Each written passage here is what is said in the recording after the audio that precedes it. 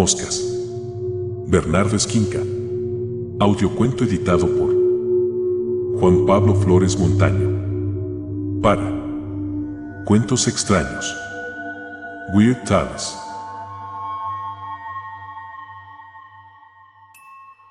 Moscas. Bernardo Esquinca. Guadalajara, 1972. Como se dijo en el prólogo de esta antología, un problema serio de muchos autores mexicanos que emplean la imaginación fantástica ha sido evitar que su trabajo se lea de manera prejuiciosa. La solución de Bernardo Esquinca ha sido emplear, para describir su obra, el término weird fiction, narrativa de lo extraño, que proviene del mundo de habla inglesa pero no se parece a ninguno de los usados habitualmente para hablar de los fantástico.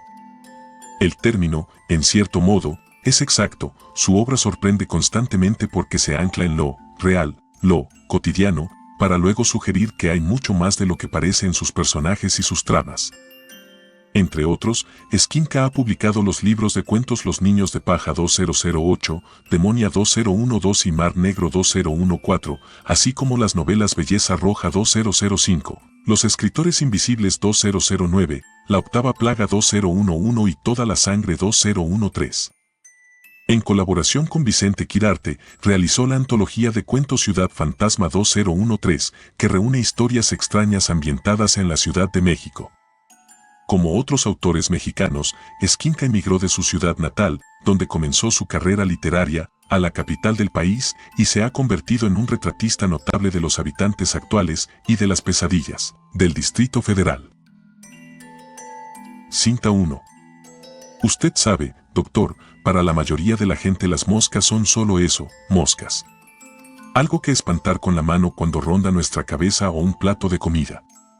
Pero se equivocan. Son seres superiores, capaces de fornicar mientras vuelan y con decenas de ojos que nos vigilan desde cualquier ángulo. Usted no lo sabe, pero esos bichos han estado en guerra con nuestra especie desde el principio de los tiempos. Con cada nuevo insecticida que promete acabarlas, ellas se vuelven más resistentes. ¿Le doy un dato para contar en la próxima cena de trabajo o con amigos? Aunque, le advierto, no es agradable y tal vez provoque un silencio incómodo en la mesa. Adoro los silencios incómodos, ¿usted no, doctor? Todo lo que implican. Llenan el vacío con la fuerza de las palabras no dichas. Porque lo que no se dice a veces es más inquietante. Pero me desvío del tema. Este sofá es tan cómodo que permite las divagaciones, debería pensar seriamente en cambiarlo.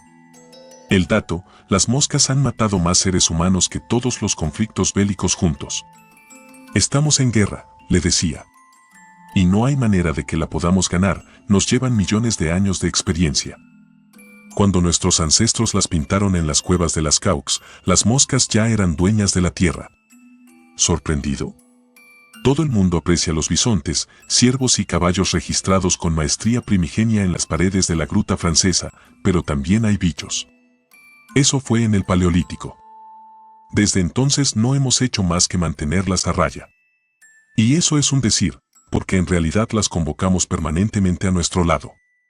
El 80% de la población mundial vive en medio de sus propias deyecciones. Me gusta esa palabra, deyecciones. Es magnética, ¿no le parece, doctor? Lo cierto es que no hemos abandonado la Edad Media. Las moscas aman la mierda, y esta ciudad huele a mierda. No le hablaré de las pilas de basura que amontonamos en cada esquina, ni de los desechos que se acumulan en mercados, parques y aceras. Hablemos de mierda.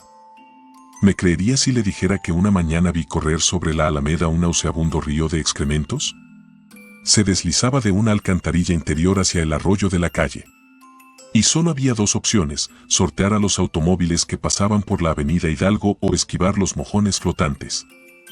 Esas son las alternativas a las que esta urbe nos orilla, doctor. Las moscas florecen en la mierda y nosotros les hemos sembrado un jardín de 20 millones de intestinos. Cinta 2. Por supuesto que les doy caza, doctor, incansablemente. Desde niño, aunque entonces no era consciente de su poder y de sus, nunca mejor dicho, negras intenciones. ¿Sabe lo que hacía? Iba por la casa con una pistola de ligas y les daba muerte como un eficaz pistolero del viejo oeste. Mis padres veían un insano entretenimiento en ello, pero yo sentía que cumplía una misión. Por fortuna, nunca me lo prohibieron, aunque sospecho que mi conducta era motivo de conversaciones en voz baja en su cama después de que apagaban la luz. Mis hermanos, todos mayores que yo, estaban muy ocupados en sus trabajos o preparando agotadores exámenes universitarios, y no le dieron mayor importancia a la obsesión que crecía en mí. Los hijos menores, los llamados benjamines, estamos más expuestos a las peligrosas fantasías que germinan en la soledad. Eso usted lo sabe bien. Tan poca atención y en cambio demasiadas ocurrencias que se van acumulando. Como un frasco lleno de moscas. Curiosa metáfora, ¿no le parece? He matado muchas de ellas, más que cualquier otro ser humano que no se dedique a ello profesionalmente. Y sé que mi aportación en esta guerra perdida es perfectamente inútil. Pero dígame una cosa, si un ejército enemigo invadiera sus tierras y amenazara su propiedad, ¿no combatiría hasta el último aliento? Y aún más, si una horda de asesinos amenazara a sus hijos, ¿se quedaría de brazos cruzados solo por el simple hecho de que el rival lo supera en número? Yo no tengo hijos, es cierto, y las pocas parejas que he tenido no supieron entender mi cruzada. En la oficina intenté formar un club de amigos exterminadores de moscas, pero fracasé. Al principio, mis compañeros de trabajo me miraron divertidos, pero cuando comencé a insistir en el tema, me dieron la espalda. Recibí incluso un memorándum del jefe pidiéndome que pusiera fin inmediatamente a una iniciativa tan absurda como perjudicial para el ambiente de trabajo. Así que estoy solo en esto, ¿se da cuenta, doctor? A veces pienso que es mejor así.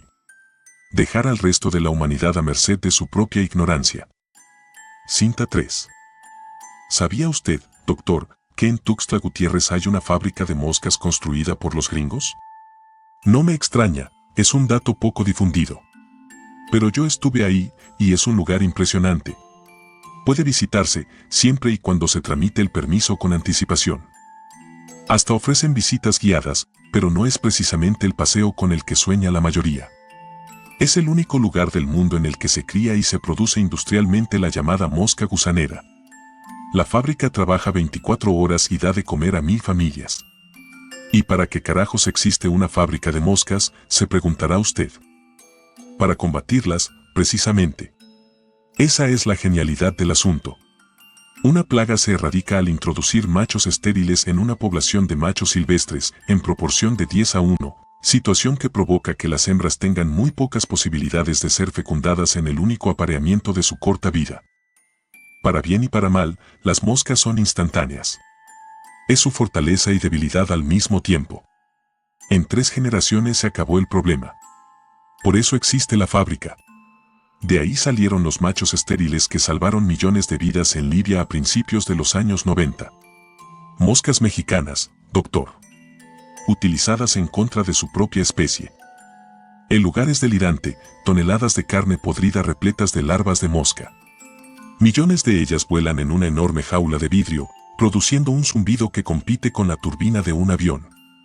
Cuando llegué ahí, comprenderá usted, me sentí tan feliz como un peregrino que arriba a la Meca. Cinta 4. Mentiría si le dijera que no practico ningún deporte. Por supuesto que no se trata de fútbol, natación, jogging o cualquiera de esas actividades que hacen sentir a la gente menos culpable por lo que le hacen cotidianamente a su cuerpo. Créamelo, doctor, conozco cocainómanos que van a correr a Chapultepec. El ejercicio que practico, como ya se podrá imaginar, es algo peculiar y, estoy seguro, único en el planeta.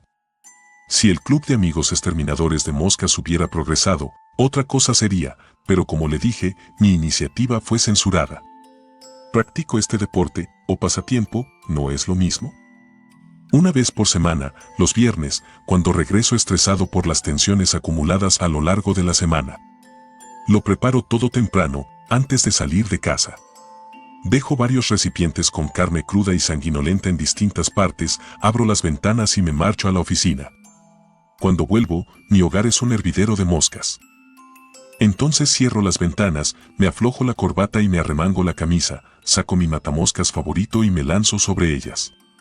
A veces precipitadamente, dando alaridos y golpes a diestra y siniestra, otras con giros delicados, como si interpretara algún ballet sobre hielo. Acepto que si algún extraño me observara en esos momentos le parecería un espectáculo grotesco, pero yo lo disfruto y, sobre todo, me hace mucho bien. Cuando barro la alfombra negra de cadáveres, empapado en sudor y felizmente exhausto, el mundo me parece un lugar mejor y lleno de posibilidades. A veces regreso de tirar la bolsa repleta de moscas en el contenedor de la calle y descubro que se me escapó una viva.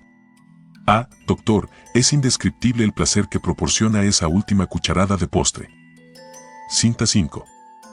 Si le parece exagerado todo lo que le he dicho sobre las moscas, hacer un poco de historia nos vendrá bien, doctor. No quiero parecer un presuntuoso ante usted, pero la información es poder. Recuerdo a un maestro de inglés de mi infancia cuya mayor lección fue la siguiente: nunca proporcionaba el nombre de su perro cuando lo llevaba a pasear al parque, para que así nadie pudiera llamarlo y alejarlo de su lado. ¿Entiende lo que le digo? Pero basta de distracciones, vamos a los datos. Belcebú quiere decir Dios de las moscas, en hebreo. Lutero, por su parte, las consideraba la vanguardia de las legiones infernales. Según otras creencias menos cultas, las moscas son siervas de las brujas, quienes las utilizan en sus hechizos y para espiar a sus enemigos. Por supuesto que yo no creo en esas supercherías, lo comento para ejemplificar el temor atávico del hombre ante este bicho. Lamentablemente, es el miedo equivocado. Cierto día, un vecino llamó a mi puerta horrorizado porque había dejado la ventana de su baño abierta y se había metido un montón de moscas. Creía en verdad que una amante despechada le había hecho brujería. Su rostro estaba deformado por el pánico, parecía un niño asustado por un programa de televisión nocturno. Me pidió insecticida, él no sabía nada de mis actividades recreativas secretas y curiosamente acudió a mí, nada es casualidad, pero yo le dije que no era necesario contaminar su casa con químicos. Salí armado con mi matamoscas y personalmente me encargué de eliminar la plaga. Tras ese episodio se me ocurrió una idea: arrojar también pedazos de carne putrefacta a las casas de mis vecinos y convertirme en el matamoscas oficial del vecindario. Pero no estoy loco, doctor, aunque probablemente a estas alturas usted ya tenga su veredicto. ¿Las moscas, enviadas del diablo? Tonterías. Tan solo es la lucha de las especies, y no hay lugar para todos. A los supersticiosos les tengo una noticia: si las moscas provienen en efecto del infierno, entonces los humanos cometimos la estupidez de mudarnos a su barrio.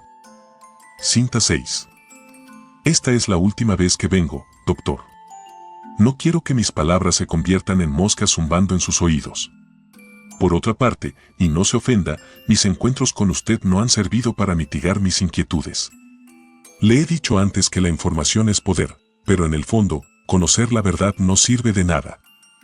Mucho menos si se es el único que la posee.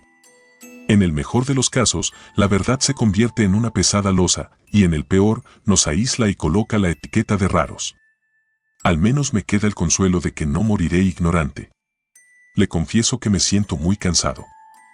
El cardiólogo, a quien también visito regularmente y quien se encarga de mi maltrecho corazón, me ha advertido sobre cierto padecimiento que requiere bisturí. Pero no pienso someterme al quirófano. El momento llegará cuando tenga que llegar, aunque parezca ingenuo, creo en los designios. Los últimos viernes me he sentido desfallecer al blandir el matamoscas.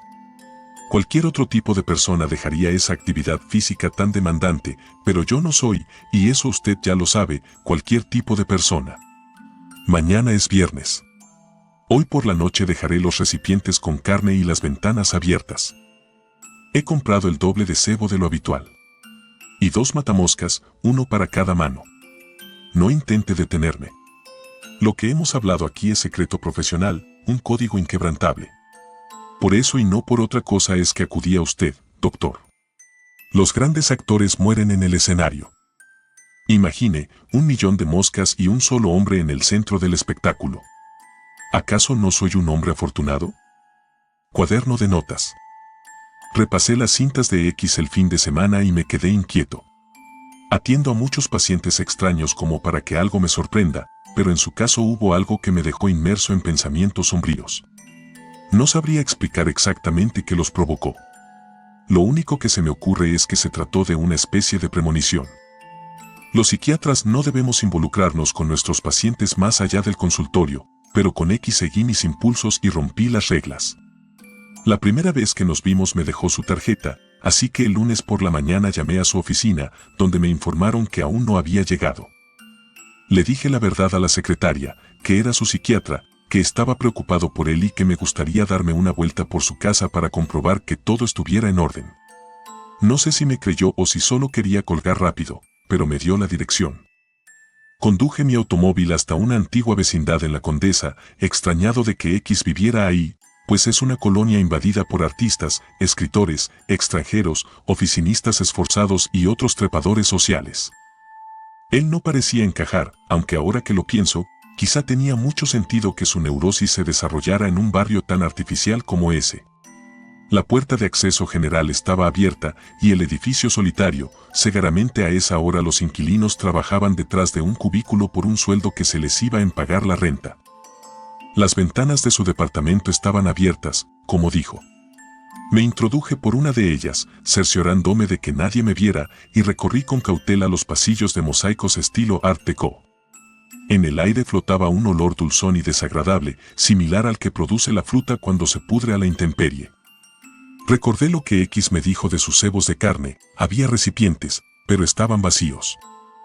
Al entrar a la sala vi a mi paciente tirado en el suelo, en mangas de camisa y con la corbata aflojada. Tenía los ojos abiertos y fijos en el techo. A su lado yacían los matamoscas. A pesar de la contundencia de los hechos, sentí que algo no encajaba.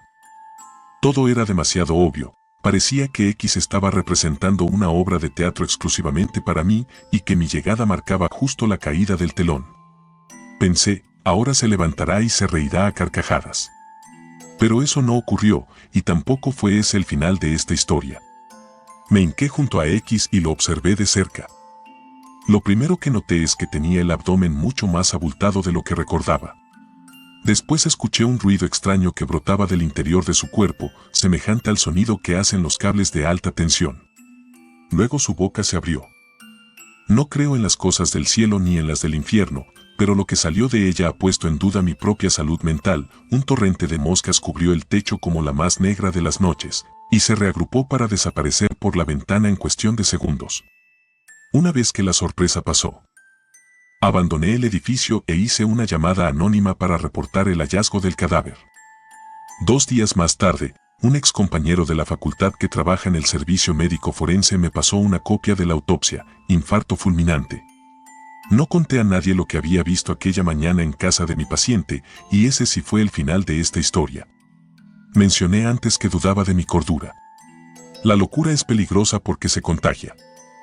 Pero esas dudas se disiparon hace unos momentos, en una pausa que hice mientras escribo estas notas.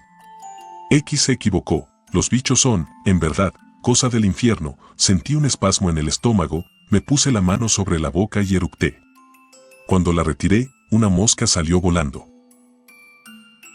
El cuento, Moscas, tomado de Demonia, muestra uno de esos encuentros con lo extraño que tanto le gusta describir a su autor y se relaciona al mismo tiempo con sus temas favoritos y con la idea expresada en un aforismo que se le ha atribuido lo mismo al novelista Joseph Heller que al músico Kurt Cobain.